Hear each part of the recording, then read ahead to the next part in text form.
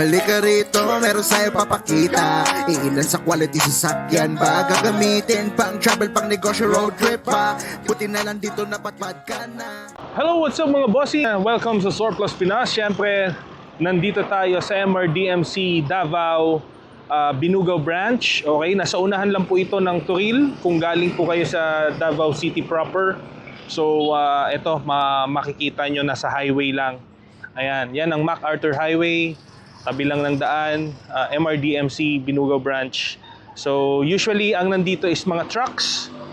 Dito dinidisplay yung mga finished product ng mga trucks natin, and meron din tayong mga hindi pa finished product sa likod. Yan naman yung mga kumbaga mga magre-request ng kulay o gusto may different setup na gustong ipagawa. So yan, yan ang pipilian natin ng unit. So sa ngayon, kaya ako nag-vlog dito dahil binigyan ako ng go signal ng father ko na magkakaroon kami ng clearance sales since tapos na yung taon 2023. So yung mga units usually na dumating nung late 2023, plano niya is ibenta ng mas mababa sa original price. So baka sakali lang may isa sa inyo sa mga nanonood na naghahanap ng truck. So magandang timing ito kasi at least makakamura tayo at the same time, di ba? So yan, medyo maingay nga lang, nandito tayo sa highway, pero I'll do my best. And sige, umpisahan natin. So dito tayo sa finished product natin na naka-display. Explain ko na lang din kung ano yung unit, anong specs, and ano yung original price and then the new price. Alright? So sige, tingnan natin ito. Let's see. Ayusin ko lang yung camera natin. Ayos. Okay, first unit natin. Anyway, madami pa ito. Bibilisan ko lang mga bossing para hindi naman tayo mainip dyan. Okay? So, umpisahan ko dito sa isang Isuzu Elf. Okay? This is a long bed variant and power tailgate po. Okay, pakita natin. Ano ba yung power tailgate na tinatawag? Ayan po ang kanyang likod. So, lifter ito. So, this is a cable type power tailgate, motor type, okay, electronic. So, kung mga magkakarga kayo ng mga gamit, magandang pang-haul ito sa mga, alam niyo yun, furnitures business, and kung ano pa, mga appliances business, magagamit ito. And then, mahaba ang kanyang bed, 14 feet. And ang makina niya is 4H F1. So malaki ang makina niya, powerful ang makina. Ayan. So yan, aircon pa ito. 4x2. So tamang-tama sa mga business na tulad ng hauling or delivery. Ayan, magagamit po ito. So original price ng unit na ito is 750,000. And right now, we can do at least 650k. So mababa. So binawasan ng at least amount of 100k. So 650k, meron na po kayo ng ganito na unit. So papansin nyo, syempre giga ang kanyang cowl. Ano din yan, tilting ang cowl niya. Okay, so power tailgate. So that's number 1. Okay, and then number 2, this is a 4H F1. I-beam tilting pa din, and older model. Kumbaga ito yung nauna, and then after nito, ito na yung lumabas. So this one, 4H F1 na makina, kilalang kilala yung makina na yan. Very common pag sinabi nyo yan sa mga mekaniko. Uy, alam ko yan, mga truck mechanic. Very common yan na makina. So madali ang pyesa, ayusin, so troubleshooting. Anyway, naka-PMS naman yan bago i-release. So at least gas and go na lang kayo. So original price naman nito is 500k. Ngayon pwede ng 450. Okay, 500k pwede ng 450 ang presyo nito. And take note mga boss, sabi ng father ko, pag once na may pumunta at tumingin ng unit, baka ma-negotiate pa. Okay, may baka ma-negotiate. So potential na pwede pang mabawasan. So hindi pa final yung mga binabanggit kong presyo. So yan ang ating older model na 4H F1, drop side, 10 feet po yan. Okay, drop side, 4x2. Ayan yung likod niya. Ayan. Okay, daan tayo sa ilalim. Ayan. So yan ang ating isa sa drop side na naka-display dito. Next unit, ayan, dito naman tayo sa color black, Isuzu drop side. This is a tilting I-beam, flat low, manual transmission, 4JG2 engine. Okay, excuse me. 4JG2 engine, so mas maliit siya na CC sa 4HF1, although ang cowl nito is mas modelo din. Okay, so mapapansin natin, drop side pa din yan, 10 feet. Ayan, kung pag sinabing flat low, malaki yung gulong niya sa front and maliit yung sa likod. So usually ang normal price is 480. Pwede nang ibenta ng 420 ang ating tilting 4x2. 420. So mababa na po yan. Ayan, so drop side siya, 10 feet pa din ang kanyang haba. Ayan. Chassis, sariwa pa din. So yan ang ating 4x2. Okay. Nga pala, sa mga malalayong lugar, may nationwide door-to-door delivery tayo. Add-on lang tayo. Driver's fee, and then yung gasolina, Roro, kung may mga Roro tayo na madadaanan o tatawiran. So add-on lang tayo sa delivery. So yan ang ating 4JG2 Giga Mini Elf, 10 feet drop side. Okay, aircon pa yan. Usually mga aircon naman yan. And then meron tayo dito old model 4JB1. Excuse me. So sa 4JB1 na variant, yan yung isa sa mas older model pa na Elf, okay? Pwede na itong ibenta. So galing ito sa 450, 420. Ngayon, pwede nang i-380 price. So pwede nang i-380 drop side. Okay, cash option lang po ang ating pwedeng gawin kapag mga discounted price ang ating bibilhin. Okay? Ayan ang ating, so older model, yan, yung apat pa yung mata for JB1 engine. So drop side pa din, meron na siyang extended grill tulad nito sa kanyang mga siding. Sa chassis naman, kahit yan old model, walang mga bulok yan sa ilalim. Ayan, tulad nito. Yan. So good na good pa. Ayan po. Okay. So, there you go. Yan ang ating drop side for JB1 flat low engine. Flat low variant. So meron din tayong double cab Mazda Bongo Brownie. Ayan ang ating double cab color green. Mazda Bongo, sa mga familiar sa mga Mazda Bongo, alam na alam nyo yan, sikat na sikat yan.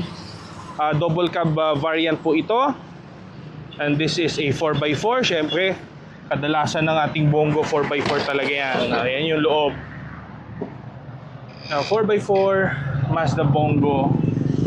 Dito sa kanyang second row seat, kasi double cab ito. Ubusan na tayo ng mga single cabin ay nakalock.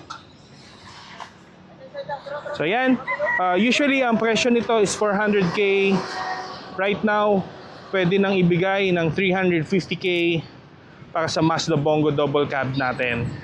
4x4, and ang feet niya, ay ang haba ng bed niya sa likod is 6 feet. Okay? So yan, Brownie.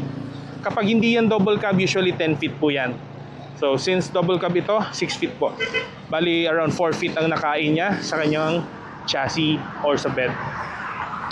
Okay, may mga ano din tayo dito. Next unit tayo. Baka humaba yung video, bibilisan ko lang mga boss. Pag may mga detalye na na-miss out, pwede nyo pong itanong sa akin. Message lang kayo sa Facebook page natin, Surplus Pinas. Okay, ito naman, Mitsubishi Canter, mini dump truck, flat low. Ayan, straight chassis. Okay, hindi siya camel type chassis mga boss. Straight chassis, ibig sabihin, mas maliit yung gulong nito, mas malaki yung gulong sa harap. Okay, yan, iikutan ko lang and then babanggitin ko yung presyo. Ayan, at least makikita nyo yung condition ng body niya, dump box, and the chassis. So ang presyo nito, first ang makina niya, this is 4D32. Okay, 4D32 ang makina. Mitsubishi Canter mini dump truck. Okay, normal price usually nasa 600k, and right now pwede na siyang makuha ng 500k. 500k na lang ang ating Mitsubishi Canter mini dump truck. Pwede ng pang negosyo, pang sand and gravel business or hauling. Pwede na. So kilala din yan, 4D32 engine. Kahit luma yan, napakatibay na makina, isa sa napakatibay. Yung self-loader ko na panghakot ko ng mga unit, 4D32 makina nun. So living witness ako kung gaano katibay ang makinang yan. Okay, then yan, meron din tayong Isuzu Elf mini dump truck. Syempre hindi papahuli ang Isuzu. And this is a 4x2 flat low pa din, straight chassis, I-beam tilting, naka-clearance sales din nito. So usually ang presyo 650k. Right now pwede ng 550k. Okay, 650k, from 650k magiging 550 na lang. So yan ang kanyang ito ang makina niya. Ayan, ang kanya namang engine is 4BE1 Eagle inline. Okay, malamang pamilya kayo sa mga truckers dyan. 4BE1 Eagle inline ang makina, 4x2 pa din. Yan, Isuzu Elf mini dump truck flat low. So mura pag mga ganyan talaga, yung straight chassis, maliit ang gulong sa likod, mas mura yan compare sa mga high deck. Okay, speaking of high deck, ito na ang susunod. Ito medyo expensive ito kasi ito yung mga heavy duty type, mga common na ginagamit sa mga hauler, sa mga hauling. 4HF1 engine. Okay, double check natin na baka mamaya 4BE1. Yes, 4HF1 fully mechanical. 4HF1 engine, Isuzu Elf mini dump truck. This is what we call a camel type chassis. Kuba chassis yung term ng iba. Okay, so ano bang kaibahan niya? So ito magkatabi yan, straight chassis. Papansin nyo, straight talaga, diretso ang chassis niya. Pagdating dito, ayan, yun, medyo nag-bend siya dito sa from front. So kumuba siya kumbaga. Kaya kuba chassis siguro ang tinawag sa kanya. So high deck ang tawag nito. And ang molly niya sa likod is nakapatong sa differential housing. So very common ito sa mga haulers, sa sand and gravel business.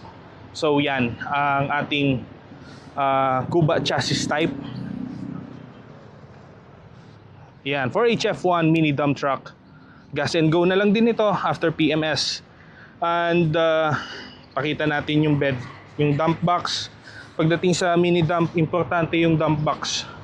Ayan, yung dump box ng isa. Ito yung sa high deck natin. Very plain.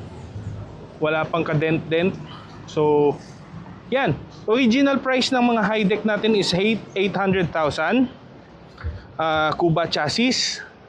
Right now, pwede nang maibenta ng 700k. Sarado. 700k, mura po yan para sa mga high deck na klase ng mini dump truck. So yan, available. Alright, so tapos na tayo sa mga finished product trucks. So yan yung mga na-finished product, ibig sabihin na paint na recondition, na convert na. Dito naman tayo sa mga as is. Yung mga pagdating galing Japan is yun pa yung itsura nila. So yan, so meron din tayo ng mga 4HF1, so bibilisan ko na lang. And another high deck 4HF1. Let's see. Yeah. So yan, pansin nyo, Kuba chassis pa din. Okay, hindi siya straight chassis. Available yan. So magiging ganun din ang price pag once na i-finish natin. And kung gusto nyo namang bilhin ng ganito lang, as is, halimbawa convert lang, nalipat lang yung manibela, tapos kasama yung registration, tapos kayo nang bahala sa iba like paint, sa reconditioning, etc. Pwede nyo makuha ito ng 650k. Ayan, Kuba chassis for HF1. 650k for as is where is na unit. There you go. And most probably yung 650 na yan, negotiable pa yan mga boss. No worries. Ayan, so dito naman another mini dump truck. Yan, straight chassis naman ito, 4HF1 pa din. So yan, pansinin nyo, straight yung chassis nya. Ayan, superficial na rust, kailangan lang yan ng repaint, pero hindi yan yung kinainan ng kalawang like yung talagang as in bulok. Yan o, papansin nyo naman. Ayan, superficial yung kanyang rust, sa ibabaw lang. So yan, mas mura ito compare sa mga high deck. Yan, so most probably ito pwedeng makuha ng as is where is, around 550. Ayan, so depende na lang kung anong gusto ninyo mga bossing.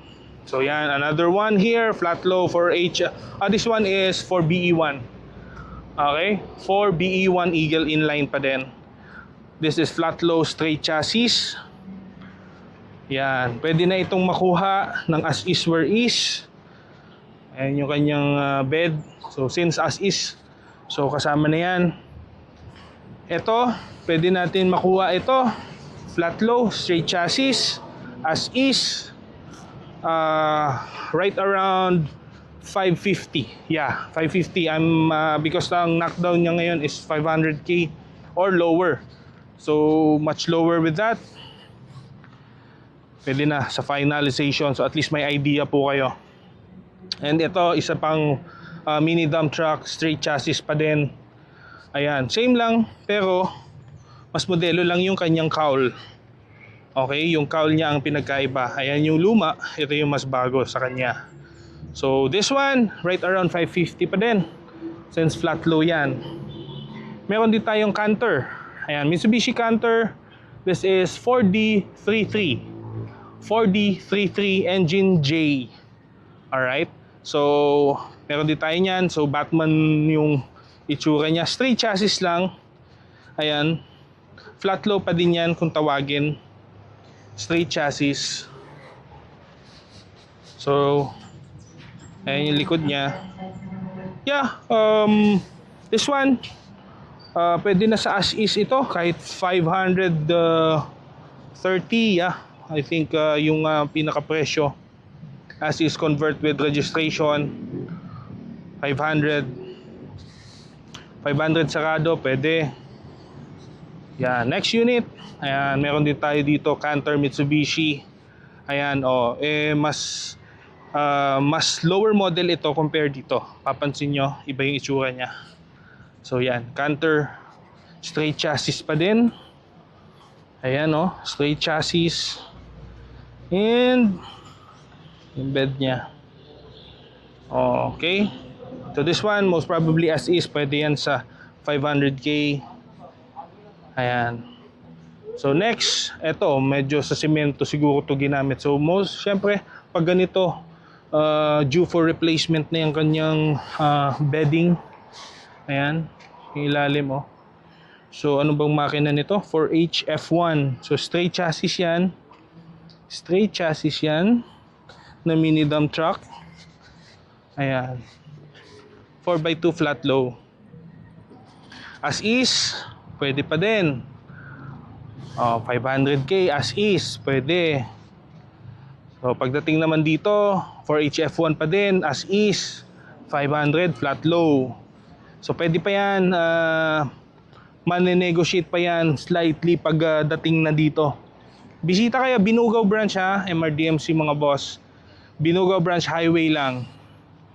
Sa unahan lang or after Santa Cruz going Davao. So meron din tayo dito Isuzu Elf mini dump na flat low pa din. Pwede na yan sa 480 pag mga ganito flat low. 500k 480. So binabaan na natin ang price. And pagdating naman sa ating NPR, may tatlo tayo. So yung NPR series, yan yung mga long wide version ng Elf. So yung kanina mga 10 feet, tulad niyan 10 feet yan. So, eto pakita ko na lang din. Last na ito mga boss. Just to pakita natin yung difference. So, NPR 4HF1 engine.